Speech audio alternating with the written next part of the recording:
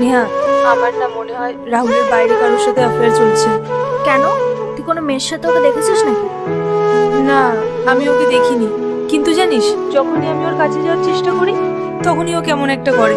মনে হয় যেন আমি ওর ওয়াইফই না, ও আমাকে চাই না, যেন আমার প্রতি ওর কোনো ইন্টারেস্টই নেই। তুই লাস্ট ওকে কবে বেরোনোর জন্য বলেছিলি? আজকেই, এই জাস্ট কিছুক্ষণ আগে মার্কেটে যাওয়ার জন্য বলেছিলাম। ও বললো ঠিক আছে যাবে, আমাকে বললো চেঞ্জ করে নিতে। আমি তখন বললাম আমি এই ড্রেসেই কমফোর্টেবল আছি। এটা শুনেই বারণ করে দিল। জানি না ও আমার সাথে এমন কেন করছে। আমি ওকে কোনো ভালো কথা বললেও ও আমার সাথে এরকম ব্যবহার করছে।